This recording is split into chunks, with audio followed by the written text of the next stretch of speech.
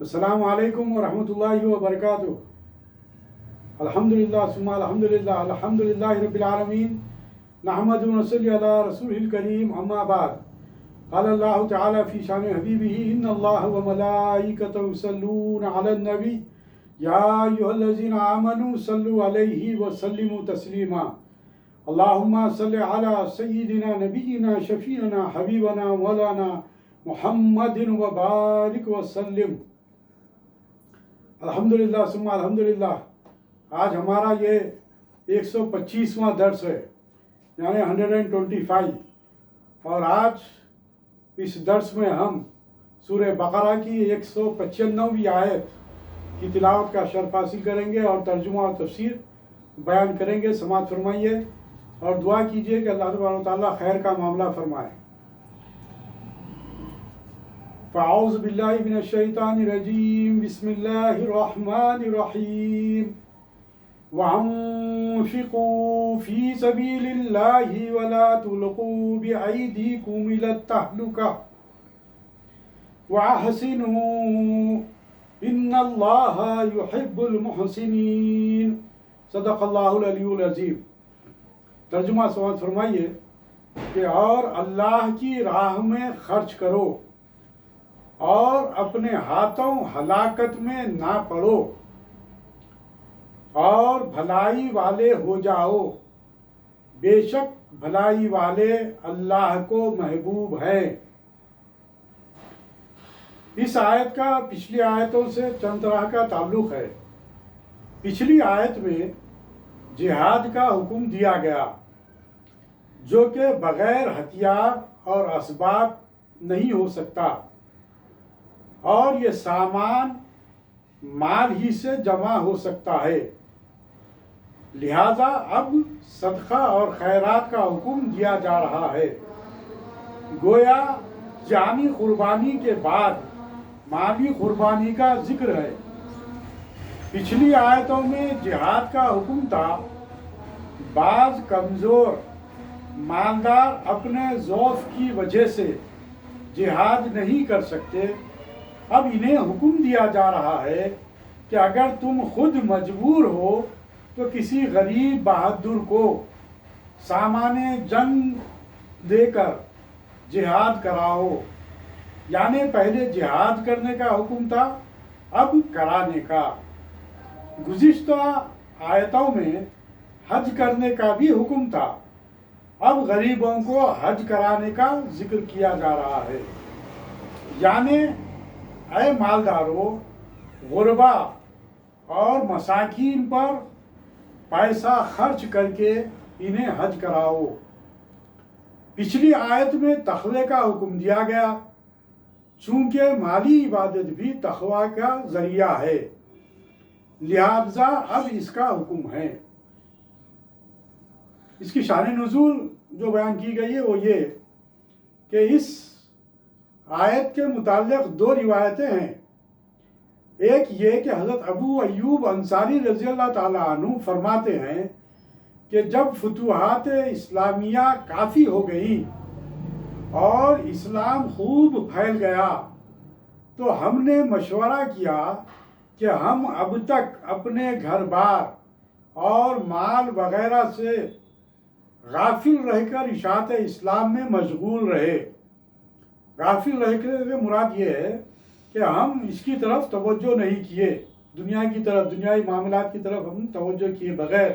دین کے فروغ کے لیے، دین اسلام کے غلبے کے لیے فتوحات میں، جنگوں میں شریک ہوتے رہے۔ اور الحمدللہ اب اسلام خوب پھیل گیا، تو لہذا اشاعت اسلام میں جس طریقے سے ہم مشغول رہے، اب جبکہ رب نے دین کو پھیلا دیا، یعنی کہ مختلف مقامات تک دین پھیل چکا تھا، تو آؤ اب گھروں میں بیٹھ کر دنیاوی کام و کاج کریں۔ یعنی کہ اب اس طرف وہ لوگ توجہ کرنے لگے، اس بات کی فکر، گھر کی طرف فکر کرنے لگے دنیاوی معاملات میں، اور باقی زندگی آرام سے گزارے۔ یہ صحابہ کرام کے، بعض صحابہ کے ذہنوں میں یہ بات آئی۔ تو یہاں پر بیان کیا جا رہا ہے کہ اس پر یہ آیت اتری جس میں انہیں جہاد چھوڑنے اور گھر بیٹھے رہنے کی سخت ممانعت کی گئی کہ جہاد چھوڑ کر اپنے ہاتھوں اپنے آپ کو فنا نہ کر دو۔ دیکھیے آپ کے جہاد کی کس قدر اہمیت ہے، جیسا کہ گزشتہ آیات میں بھی یہ بات بتلائی گئی کہ جہاد بنیاد ہے اسلام کو، اور اسلام کے فرائض ہے، جو اسلام کے جو ارکان ہیں اس کو قائم رکھنے کے لیے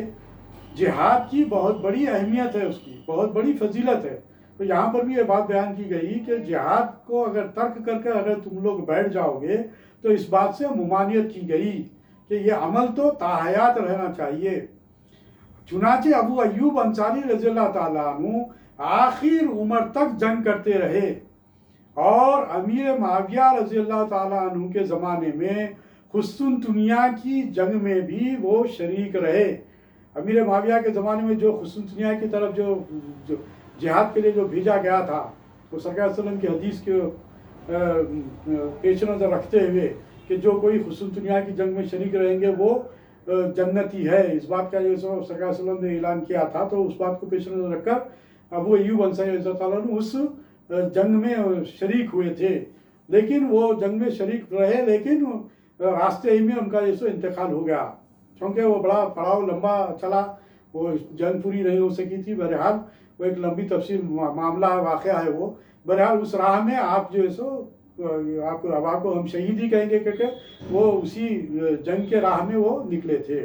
تو اور وہیں پر جو ہے سو ان کو شہر پناہ کے پیچھے دفن کیا گیا، وہاں پر جو فصیل تھی اس شہر کی، اس کی فصیل کے ہی دامن میں جو ہے سو حضرت ابو ایوب انصاری رضی اللہ تعالیٰ عنہ کی تدفین عمل میں آئی تھی۔ مسلمان اب تک بھی جب کبھی اس طرف جاتے ہیں تو وہاں پر قبر شریف کی زیارت کرتے ہیں، اور وہاں پر جو ہے سو دعائیں وغیرہ بھی مانگی جاتی ہے ان کے وسیلے سے۔ اور دوسری روایت یہاں پر یہ بیان کی گئی ہے کہ جب مسلمان عمرہ خضا کے لیے مکہ معظمہ سے چلنے لگے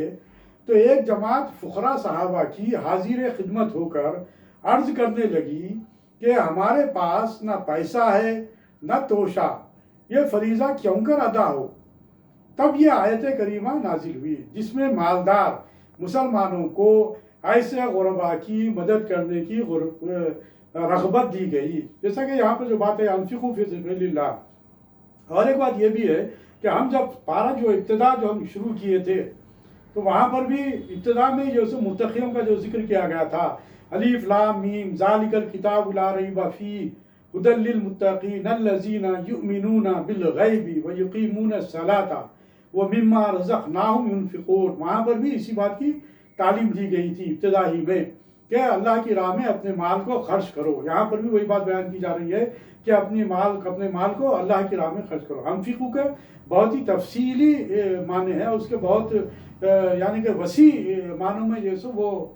اس کا وہ الفاظ کے وہ ہوتے ہیں، جیسا کہ اللہ کی راہ میں خرچ کرنے سے مراد اللہ کے دین کو قائم کرنے کی صحیح اور جہد میں مالی قربانیاں کرنا۔ آیت کا مطلب یہ ہے کہ اگر تم خدا کے دین کو سربلند کرنے کے لیے اپنا مال خرچ نہ کرو گے اور اس کے مقابلے میں اپنے ذاتی مفاد کو عزیز رکھو گے تو یہ تمہارے لیے دنیا میں بھی موجب ہلاکت ہوگا اور آخرت میں بھی۔ دنیا میں تم کفار سے مغلوب اور ذلیل ہو کر رہو گے، اور آخرت میں تم سے سخت باز پرس ہوگی۔ جیسا کہ آج کا جو دور چل رہا ہے، آج جو ہم مال و متاع کے پیچھے ہم جو لگے ہوئے ہیں اور مال کو عزیز رکھتے ہیں، دنیا کے طرف جو ہم لگے ہوئے ہیں اور اپنے مال کو اللہ کی راہ میں اور اللہ کے بتلائے ہوئے راستے پر جو ہم خرچ نہیں کر رہے ہیں، جس کی وجہ سے اس میں برکت بھی حاصل نہیں ہو رہی ہے، اور دین کے غلبے کے لیے جو اصل جو بنیاد جو ہے سرکار دو عالم صلی اللہ علیہ وسلم کے زمانے میں اور صحابہ کرام کے زمانے میں صرف ایک ہی ان کو فکر تھی، وہ فکر یہ تھی کہ اللہ کے دین کو کس طریقے سے اللہ کی زمین پر غالب کیا جائے، اللہ کی زمین پر قائم کیا جائے۔ ان کو صرف ایک ہی بات کی فکر تھی، وہ کبھی دنیا کی طرف رغبت نہیں کیے، مال و متاع کی طرف، آل و اولاد کی طرف، اہل و عیال کی طرف انہوں نے کبھی زیادہ تر توجہ نہیں کی۔ ہاں، جو ذمہ داریاں ان کے سپرد ہیں اس کو جو ہے وہ پوری طریقے سے انجام دیے، ایسا بھی نہیں کہ جو ہے بالکل یا طور پر ہر چیز کو چھوڑ چھاڑ کر، ہاں، لیکن اصل جو ان کی زندگی کے سامنے جو اصل جو معیار تھا زندگی کا اور جو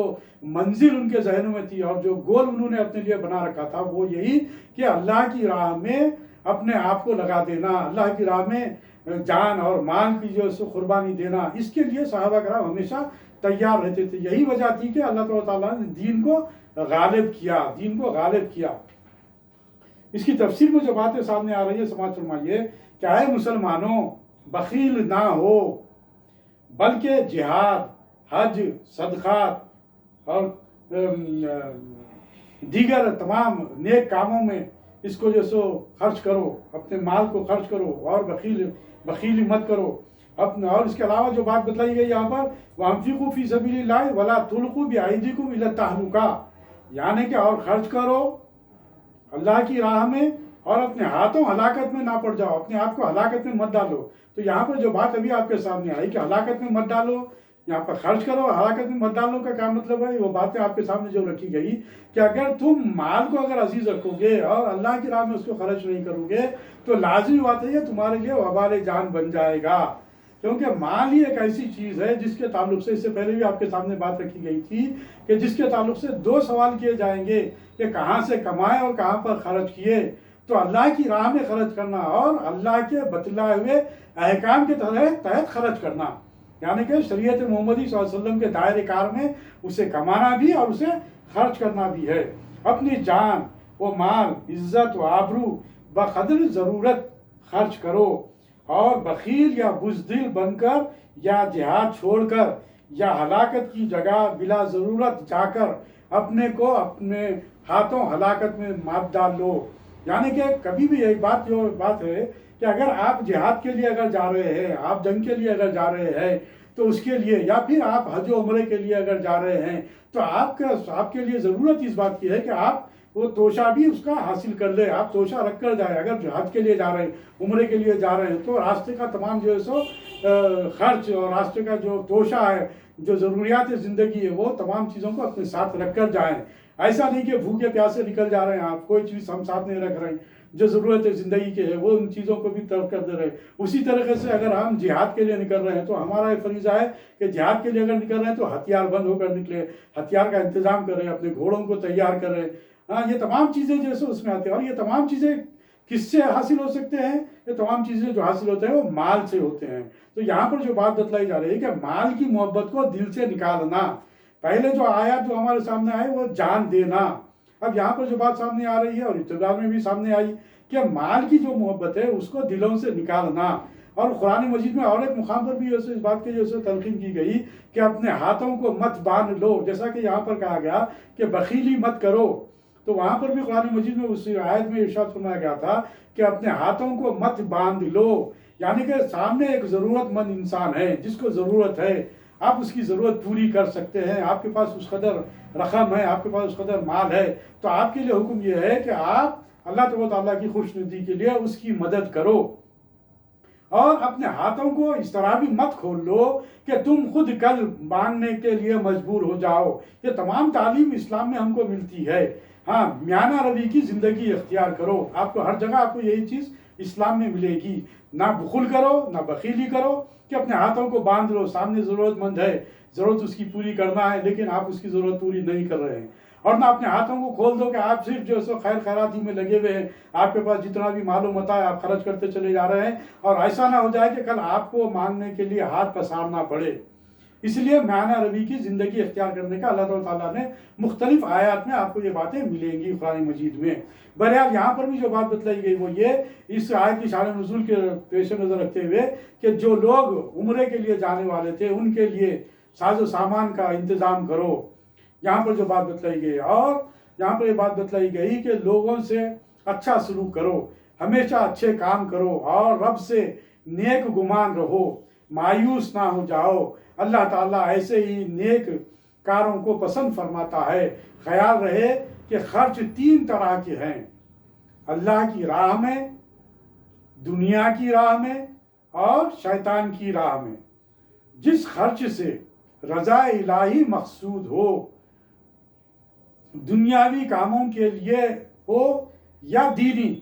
وہ فی سبیل اللہ ہی ہے، جیسا کہ آپ کے سامنے بات رکھی گئی کہ اللہ تبارک و تعالیٰ کے احکامات کے تحت جو آپ مال خرچ کرو گے، جیسا کہ فرض کیجئے کہ ہم اپنے اہل و عیال پر خرچ کرتے ہیں، تو یہ بھی اللہ تبارک و تعالیٰ کے احکام کے تحت ہے، لہذا یہ بھی اللہ کی راہ میں خرچ کرنے والی بات ہے۔ کیوں کہ ہم اللہ کے احکام کے تحت، سرکار دو علیہ وسلم کے ارشادات کے تحت، شریعت محمدی کے دائرے میں رہتے ہوئے ہم اپنا مال خرچ کر رہے ہیں، تو یہ ہمارے لیے یہ باعث رحمت ہے، یہ باعث برکت ہے۔ اللہ تبارک و تعالیٰ ایسے مال پر خرچ کرنے والوں پر اپنی رحمتیں اور برکتیں نازل فرماتا ہے۔ ہاں، اس سے ہٹ کر اور یہاں پر جو اسی کا یہاں حکم کسی دنیاوی جائز کام میں روپیہ صرف کرنا جس میں رضا الہی کا خیال نہ ہو، وہ دنیا کی راہ میں خرچ کرنا ہے، یعنی کہ بے دریغ ہم خرچ کرتے رہیں، اللہ تبارک و تعالیٰ کے احکامات کو پیش نظر نہیں رکھ رہے ہیں، جہاں ہماری مرضی ہے وہاں پر ہم خرچ کر رہے ہیں، جیسا کہ آج کل کا جو معاملہ ہے کہ ہم اپنی خواہشات کو، یعنی کہ بیجا خواہشات کو ہم پورا کرنے کے لیے جو خرچ کر رہے ہیں، جہاں پر ہم میانہ روی کے ساتھ یا پھر جو ہے سو آرام کے ساتھ زندگی گزار سکتے ہیں، لیکن تعیشات زندگی بولتے ہیں، تعیشات زندگی کا جو لفظ استعمال کیا گیا ہے اس میں اگر ہم پڑے ہوئے رہے تو ایسے کاموں کے لیے اسے منع کیا گیا ہے۔ یہ دنیاوی کام ہے، دنیاوی کاموں میں۔ اور دوسری جو بات بتلائی گئی ہے کہ ایسا جو ہم اپنے خواہشات، جیسا کہ فرض کیجئے کہ ہم اپنا گھر ہے، ہم اپنے گھر کو سلیقے سے رکھنے کے لیے اگر خرچ کرتے ہیں تو ایسے کام کو ہم یہ نہ اس میں کوئی ثواب ہے نہ کوئی عذاب ہے، کیونکہ یہ جیسے ضروریات زندگی میں یہ چیزیں آتی ہیں کہ ہم آرام کے ساتھ، سکون کے ساتھ ہم زندگی گزارنا چاہتے ہیں، اچھا لباس پہننا چاہتے ہیں، تو اس میں کوئی خرابی نہیں ہے۔ یہ دنیاوی جو خرچ ہے، جو خرچ اللہ کو راضی کرنے کے لیے، اللہ کی خوشنودی کے لیے اگر ہم خرچ کرتے ہیں تو وہ اللہ کی راہ میں خرچ کرنے والے بنیں گے۔ لیکن وہ مال جو ہم اپنے آرام و آسائش کی زندگی گزارنے کے لیے، سکون کے ساتھ زندگی گزارنے کے لیے، جو اسراف میں بھی نہیں آتا ہے، ہم اس قدر ہم کر سکتے ہیں، تو ایسے مال کا کوئی عذاب بھی نہیں ہے، ایسے مال کے تعلق سے کوئی پوچھ بھی نہیں ہے۔ جو ہماری ضروریات زندگی کے لیے ضروری ہوتا ہے وہ تمام چیزیں بھی جیسے شامل ہے، لیکن اس کے جیسے کوئی بعض پرس اس طریقے سے یعنی کہ سختی سے نہیں کی جائے گی۔ ہاں، وہ کام جو ہم بیجا رسوم میں جو خرچ کر رہے ہیں، بیجا شان و شوکت میں جو ہم خرچ کر رہے ہیں، ریاکاری میں خرچ کر رہے ہیں، دنیاوی دکھاوے کے لیے ہم خرچ کر رہے ہیں، ہاں، یہ جو تمام کام ہیں جو اللہ تبارک و تعالیٰ کے احکامات کے خلاف ہیں۔ اللہ تبارک و تعالیٰ نے ریاکاری کے اعمال کو اکثر جو ہے سو مسترد کر دیا۔ اللہ تبارک و تعالیٰ ایسے اعمال کو پسند نہیں کرتا، ایسے اعمال کو اللہ تبارک و تعالیٰ پسند نہیں کرتا جو شان و شوکت کا اظہار کرتے ہیں، جو اللہ تبارک و تعالیٰ کے احکام کے خلاف ہے، وہاں پر خرچ کر رہے ہیں آپ، بیجا رسوم میں خرچ کر رہے ہیں آپ، شادیوں کے موقع پر بیجا رسومات انجام دیتے ہوئے خرچ کر رہے ہیں آپ، لاکھوں روپے جو سو شادی خانوں پر خرچ کر رہے ہیں آپ۔ یہ تمام جو چیزیں ہیں یہ آپ کی اپنی شان و شوکت کے اظہار کے لیے ہے۔ تو یہ جو تمام چیزیں ہیں یہ شیطان کا راستہ بنایا اللہ تعالیٰ، شیطان کے بھائی بنا جو اسراف میں آتا ہے۔ یہ حالانکہ آپ اس کو سادگی سے بھی کر سکتے ہیں، زیادہ خرچ نہیں کیے بغیر بھی آپ کر سکتے ہیں، جس سے آپ کو، جیسا کہ بات یہ ہے کہ جس سے آپ کو عزت بھی مل سکتی ہے، آپ کا وقار بھی برقرار رہ سکتا ہے کہ آپ ایک لکھپتی کروڑپتی ہونے کے باوجود آپ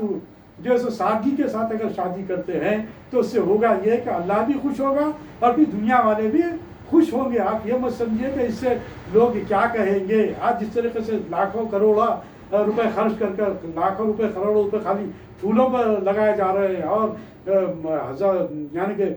30 40 50 قسم کے